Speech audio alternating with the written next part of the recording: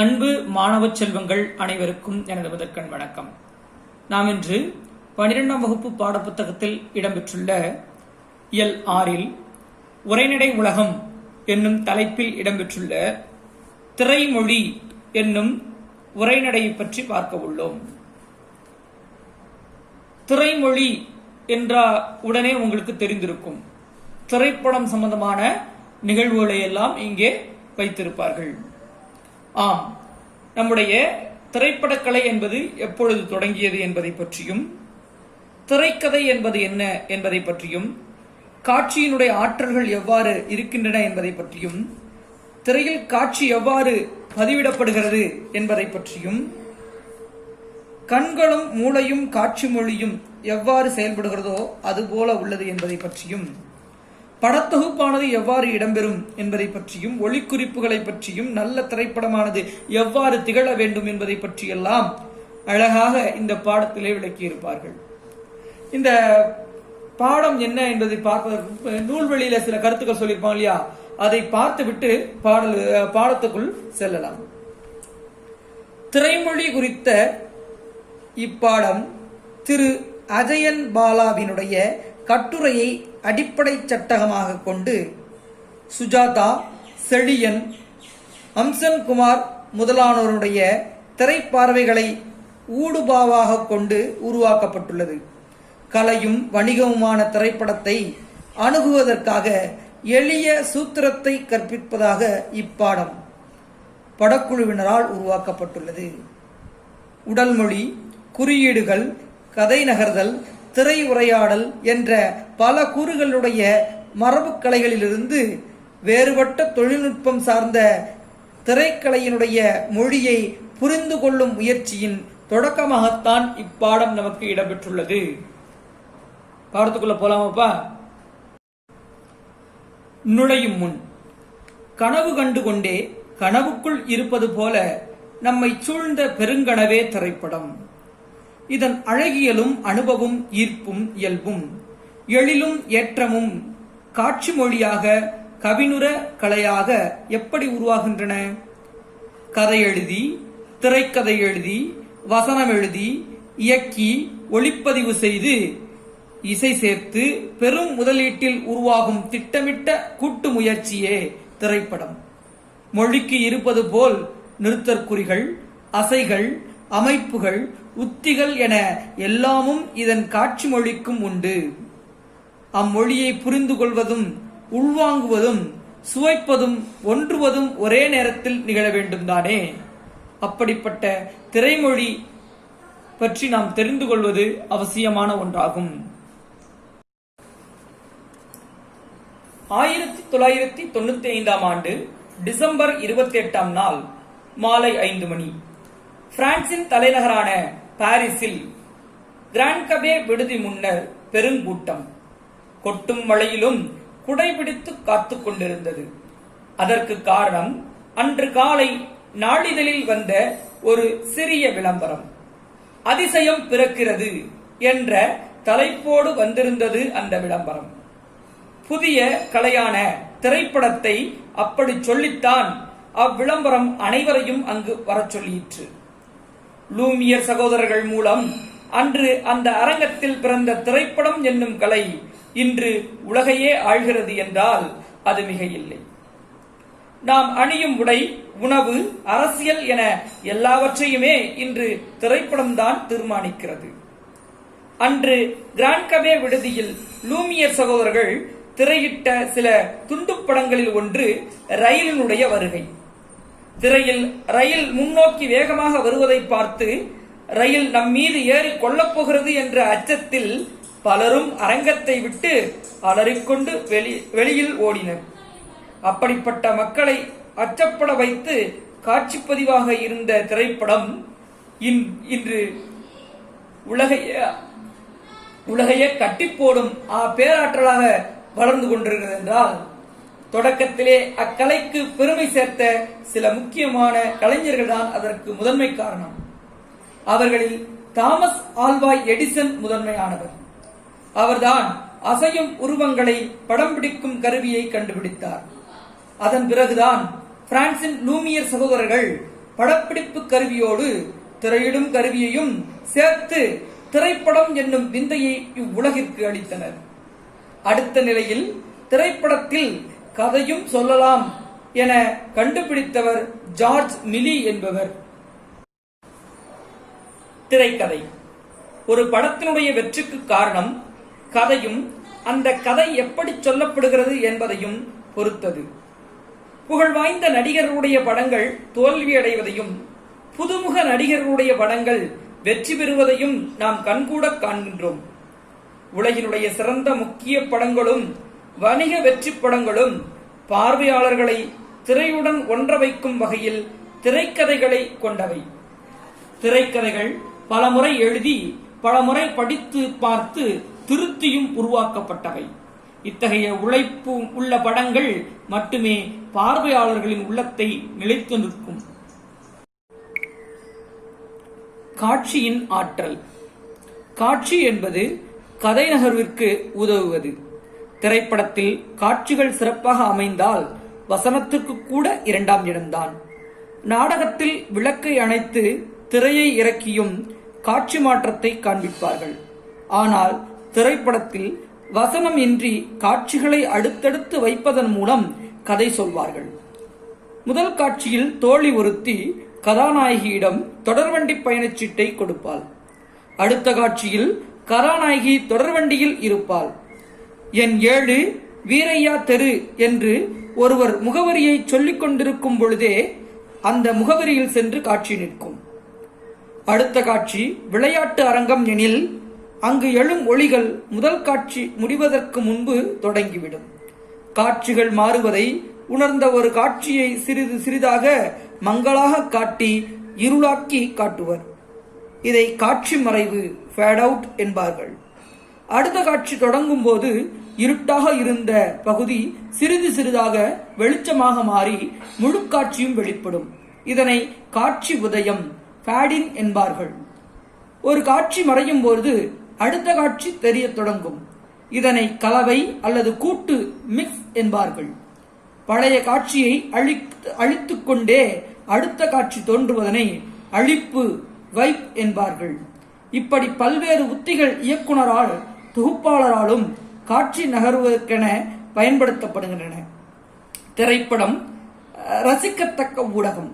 பல நாடுகளுடைய நல்ல படங்கள் உருவாகுகின்றன. அவற்றை பார்க்கும் வாய்ப்புகள் இருக்கின்றன. ஓவியம் போல படமும் ரசனைக்குரிய கலை.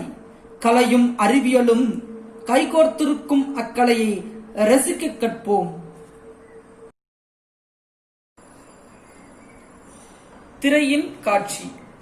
திரைப்படத்தில் நடிப்பவரை முன் பின் மேல் என்ற பல கோணங்களில் படப்பிடிப்பு கருவியால் இடம் மாற்றி மாற்றி படம் பிடித்து திரையில் காட்ட முடியும். இதனால்தான் திரைப்படத்தை முப்பரிமாண கலை என்று அழைக்கிறார்கள். 3-dimensional ஆர்ட் என்று கூறுகின்றனர். ஒருவர் ஓடி வருவதை காட்டிவிட்டு அதை பார்ப்பவர் ஏன் இப்படி ஓடி வருகிறார்கள் என்று கேட்க வேண்டியதில்லை. என்னாச்சு என்று கேட்டால் போதும். இது காட்சி மொழியின் தன்மை. உணர்ச்சிகளை காண்பிக்க முகத்தை மட்டுமே காண்பித்தால் போதும். அதுபோல கட்டுப்படுத்த முடியாத கோபம் என்றால் நடிகர் கத்தி கூச்சல் போடுவதை காட்ட வேண்டிய அவசியமில்லை. கையில் பிடித்திருக்கும் கண்ணாடி குவளைகளை இறுக்கி பிடித்து உடைப்பதை காட்டினால் போதும். இப்படி படப்பிடிப்பு கருவி மூலம் பல்வேறு கோணங்களில் நாம் பார்க்கும் காட்சியை திரையரங்கத்தில் ஒரே இடத்தில் நாம் அமர்ந்து பார்ப்பதற்கு ஏற்ப படத்தொகுப்பு செய்து மனதிற்குள் கதை உலகத்தை தோற்றுவிப்பதைத்தான் நாம் திரைக்கலை என்று கூறுகிறோம். கண்களும் மூளையும் காட்சி மொழியும். இயற்கையாகவே நம் கண்கள் படப்பிடிப்பு கருவி செய்யும் பல வேலைகளைத்தான் செய்கின்றன. காட்சிக்கேற்றவாறு நாம் வில்லைகளை மாற்றி படப்பிடிப்பதைப் போல நம் கண்களும் நாம் காணும் காட்சி அல்லது பொருள்களுக்கு ஏற்ப மாற மூளைக்குள் இருந்து கட்டளை வருகின்றன. நாம் கடற்கரையில் நின்று கடலை பார்க்கிறோம் என வைத்துக் கொள்வோம். நம் கண்கள் தாமாகவே அகன்ற கோணத்தை தேர்வு செய்து கொள்கின்றன. அதை திரைப்படத்தில் மீ சேய்ப்பு காட்சி துடிப்பு எக்ஸ்ட்ரீம் லாங் ஷாட் என அழைக்கிறோம். பேருந்தை பிடிக்க சாலையை கடக்கும் போது சாலைகளுடைய இரு பக்கங்களிலும் பார்க்கிறோம். அப்போது நம் கண்கள் இன்னும் கொஞ்சம் சுருங்கி பொருட்கள் அசைவதை தொலைவிலிருந்து பார்த்து பதிவு செய்கின்றன. திரைப்படத்தில் இதனை சேய்மை காட்சி துணிப்பு, லாங் ஷாட் என்று கூறுவர். பேருந்தை விட்டு இறங்கி நாம் தெருவிற்குள் நடந்து வரும்போது எதிர்படும் ஆட்களை நாம் இடுப்பு அளவில் மட்டுமே கவனிக்கப்படுகிறோம். இங்கு கண்கள் ஆள் முழுவதையும் பார்த்தாலும் நம் கவனம் இடுப்பு வரை மட்டுமே எடுத்துக்கொள்கிறது. இதனை நடு காட்சி துணிப்பு, மிட் ஷாட் என்கின்ற சொல்வார்கள். வீட்டில் நுழைந்து அம்மாவினுடைய முகத்தை பார்க்கிறோம். அம்மாவினுடைய முகம் மட்டுமே நமக்குள் பதிவாகிறது. இது அண்மை காட்சி துணிப்பு என்று சொல்வார்கள். க்ளோஸ் அப் ஷாட் என்று சொல்வார்கள். காலிலிருந்து செருப்பை கழட்டி வாசலில் விடும்போது கண் கீழே குனிந்து செருப்பை மட்டும் பார்க்கிறது. இது மீ அண்மை காட்சி துணிப்பு, எக்ஸ்ட்ரீம் க்ளோஸ் அப் ஷாட் என்று சொல்வார்கள். ஓரிடத்திலிருந்து வீட்டிற்கு திரும்பும் 1 மணி நேர பயணத்தை 5 காட்சி துணிப்புகளாக 20 நொடிகளில் நம்மால் பார்வையாளரிடம் உணர்த்த முடிகிறது. இதைத்தான் திரைப்படத்தினுடைய காட்சி மொழி என்று சொல்கிறோம். யாராவது நம்மிடம் கதையோ அல்லது நிகழ்வையோ விவரிக்கும் பொழுது நம் மூளை அதுவாகவே அந்த விவரிப்பை வெட்டியும் ஒட்டியும் நமக்கு சொல்கிறது. இவ்வாறு தேவையான கோணங்களை பயன்படுத்தி காட்சிகளை படம் பிடித்து அவற்றை வெட்டி ஒட்டி படத்தொகுப்பு செய்து வெள்ளித்திரையில் ஒரு நல்ல கதையை சொல்வதே திரைப்படக்கலை ஆகும். படத்தொகுப்பு தேவையற்ற காட்சிகளை நீக்கி தேவையான காட்சிகளை பொருத்தமான வகையில் சேர்ப்பதே படத்தொகுப்பு.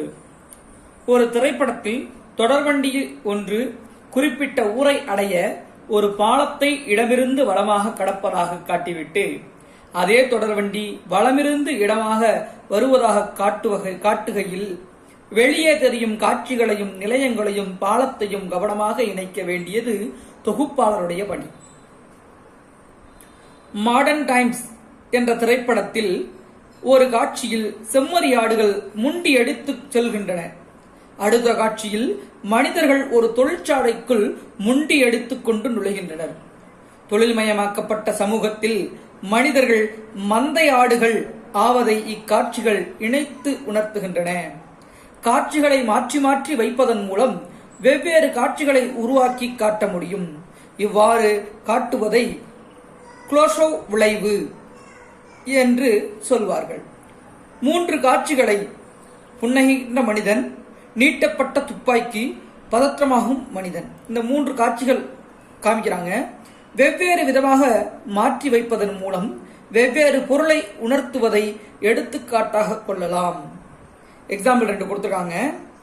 புன்னகைக்கின்ற மனிதன், சிரிக்கிற மனுஷன், நீட்டப்பட்ட துப்பாக்கி, பதற்றமாகும் மனிதன்.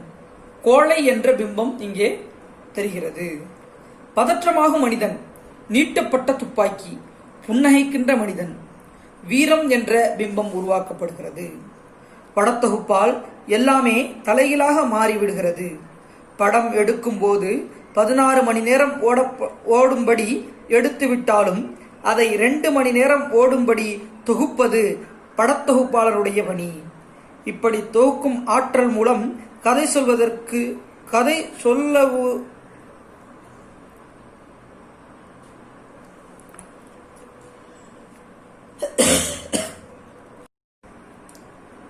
ஒலிக்குறிப்பு, பின்னணி இசை திரைப்படத்தினுடைய உணர்வுகளை வெளிக்கொணர உதவும் மற்றொரு கலை. பின்னணி இசை சேர்ப்பும் சில வேளைகளில் மௌனமும் திரையில் உணர்வுகளை வெளிக்கொணர உதவுகின்றன. எடுத்துக்காட்டாக, கதாநாயகி ஜன்னல் வழியாக தலையை நீட்டி வெளியே தெரியும் ஒரு காட்சியை வெறித்து பார்க்கிறாள் எனில் தெரு காட்டப்படுவதில்லை. அவள் தெருவை பார்ப்பது மட்டுமே காட்டப்படுகிறது. அக்காட்சியில் ஒரு மகிழுந்து புறப்பட்டு செல்லும் ஒளி இணைக்கப்படுகிறது. இதில் அவளை பார்க்க வந்தவர் அவள் விருப்பத்திற்கு மாறாக அங்கிருந்து புறப்பட்டு செல்கிறார் என்ற கதை அப்பெண்ணுடைய முகவாவனைகள் மூலமே சொல்லப்படுகின்றன. இசை பாத்திரங்களுடைய மனக்கவலைகளை, அலைக்கலைப்புகளையும் ஆகியவற்றை எதிரொலிப்பாகவும் எடுத்துக்காட்டாகவும் இருக்க வேண்டும். அது நமக்கு பாத்திரங்களுடைய உணர்வுகளுக்கு விரிவுரை வழங்குவதாக இருக்க வேண்டும். அதே போல மௌனம் உரையாடலை விட அதிகம் பேசுவதாக இருக்கும். நல்ல திரைப்படம் முறையான காட்சி மொழியுடன் நல்ல கலையாக உருவாக்கும் படத்தின் பொய்களும் இருக்க முடியாது. நம் மூளையை மழுங்கச் செய்யும் கவர்ச்சிகளும் இடம்பெறாது. இந்த கலை படைப்புகள் உண்மையை பேசும். அதன் மூலம் காண்பிக்கப்படும் வாழ்வியல் நம் அனுபவத்தை மேம்படுத்தி வாழ்க்கையை வளமாக்கும். இத்தகைய திரைப்படங்களைத்தான் கலைப்படங்கள் என்கின்றோம். கர்நாடக மாநிலத்தில் ஹெக்கோடு என்னும் சிற்றூர் மக்கள் திரைப்படம் பார்ப்பதே இல்லை. 1977 ஒரு முயற்சியாக உலகின் முக்கிய விருது பெற்ற திரைப்படங்களே அங்கு 6 நாட்கள் திரையிடப்பட்டன. அம்மக்கள் தங்களுக்குள் படங்களை பற்றிய பலவாறு கலந்துரையாடிக் கொண்டார்கள். படிப்பறிவு இல்லாத அந்த எளிய மக்களுடைய கருத்துக்கள் திரைப்பட வல்லுநர்களுடைய கருத்துக்களும் ஈடாக இருந்தன. இது எவ்வாறு சாத்தியமானது? வெளியுலகம் அறியாத சிற்றூர் வாசிகள் உலகம் கொண்டாடும் கலைப்படங்களை எப்படி சுவைக்க முடிந்தது? அறிவியலும் தொழில்நுட்பமும் அறிவும் கொண்ட மற்றவர்களால் இந்த மேம்பட்டு சுவைக்க முடியும் தானே. நல்ல திரைப்படங்கள் என்றால் என்ன என்பதை அறிந்து கொள்ள முயலாதவரை திணிக்கப்படும் வணிக திரைப்படங்களே நல்ல படங்கள் என்று சமூகம் நம்பும். திரைப்படத்தை பற்றியான சில முக்கியமான தகவல்களை தெரியுமா என்னும் தலைப்பில் பெட்டகங்களுக்குள் கொடுத்திருக்கிறார்கள். அதை இப்பொழுது பார்ப்போம். திரைப்படம் என்பது ஒரு வகையில் பார்த்தால் நாடகத்தினுடைய குழந்தை எனலாம். தொடக்க காலங்களில் நாடகக்கலை அப்படியே திரைப்படமாக எடுப்பது வழக்கம். நாடகம் என்பது ஒரு காட்சியை ஒற்றை கோணத்தில் மட்டும் நேரடியாக காண்பது. இதனால்தான் நாடகத்தை ஒற்றை கோண கலை என்று கூறுவர். நாடகங்களின் காலத்தில் ஒளிபரப்பு கருவிகள் இல்லாததால் வசனங்களை உரக்க பேச வேண்டிய தேவை இருந்தது. அதேபோல தொலைவில் இருப்பவர்கள் நடிப்பவர்களுடைய நடிப்பை பார்க்க வேண்டும் என்பதனால் அதிக ஒப்பனை செய்து கொண்டு கை, கால்கள், கண்களில் அசைவுகள் நன்றாக தெரியும் வகையில் அசைத்து உரக்க பேசி இயல்பில் நாம் செய்வதை விட சற்று கூடுதலாக செய்து நடித்தார்கள். திரையரங்கத்தில் மௌனப்படங்கள் ஓடிக்கொண்டிருக்க திரைக்கு அருகே ஒருவர் ஒளிவாங்கியை பிடித்து கதை சொல்லும் காலமும் இருந்தது. அவருக்கு ஆங்கிலத்தில் நெரேட்டர், அதாவது தமிழ்ல கதை சொல்லி என்று பெயர். ஒரு கதாநாயகன் போல மிடுக்கான உடை அணிந்து நெரேட்டர் என்னும் அக்கதை சொல்லி வந்து நின்றாலே அனைவரும் கைத்தட்டத் தொடங்கி விடுவர். அப்படிப்பட்ட காலமும் இருந்திருக்கிறது. யார் இவர் என்னும் தலைப்பில் சார்லி சாப்ளினுடைய வாழ்க்கை இங்கே தரப்பட்டுள்ளது. அதை இப்பொழுது பார்ப்போம். லண்டனில் பிறந்த சாப்ளின் வறுமையினுடைய மடியில் வளர்ந்தவர். சாப்ளினுடைய தாய் வறுமை வழியை மறக்கடிக்க கதைகள் சொன்னார். அதன் மூலம் ஒரு கலைஞராக அவர் செதுக்கப்பட்டார். மேடையில் பாடி பிழைத்த அம்மாவினுடைய குரல் கெட்டுவிட சிறுவனான சாப்ளின் மேடையில் ஏறி ஆடிப்பாடி அசத்தினார். நடிகராகி குடும்பத்தை காக்க கனவு கண்ட சாப்ளின் நாடக நடிகராகி குழுவுடன் அமெரிக்கா சென்று திரை வாய்ப்பை பெற்றார். தொலதொல கால்சட்டையும் இறுக்கமான கோட்டும் துண்டு மீசையும் புதுவிதமான சேட்டையும் கொண்ட லிட்டில் ட்ரம்ப் என்று அவர் உருவாக்கி கொண்ட ஒரு தோற்றம் அவரை பேசாப்பட நாயகனாக மாற்றியது. அவரது ஊதியம் போல புகழும் உயர்ந்தது. வறுமை மிக்க தன் இளமை வாழ்வை தி கிட் என்று வெற்றி படமாக மாற்றினார். யுனைடெட் ஆர்டிஸ்ட் என்ற பட நிறுவனத்தை தொடங்கி பெரும் வளர்ச்சி கண்டார். அவரது மேதையையும் திறமையையும் தி கோல்ட் ரஷ், தி சர்க்கஸ் போன்ற காவிய படங்களை உருவாக்கின. மரபான கருத்துருவங்களை தன் படங்களில் சாப்ளின் உடைத்து நொறுக்கினார். பேசா படங்களின் சேட்டைகள் மூலம் புகழ்பெற்ற அவர் பேசும் படங்கள் உருவான காலத்தில் தோற்பார் என எதிர்பார்த்தனர். எதிர்பார்ப்புகளை முறியடித்து சிட்டி லைட்ஸ் என்ற படத்தை எடுத்ததன் வாயிலாக எதிரிகளுடைய வாய்களை அடைத்தார். 3 ஆண்டு உழைப்பில் மாடர்ன் டைம்ஸ் படத்தை வெளியிட்டார். இதில் அன்றைய தொழில்மய உலகின் கேடுகளை விமர்சனம் செய்தார்.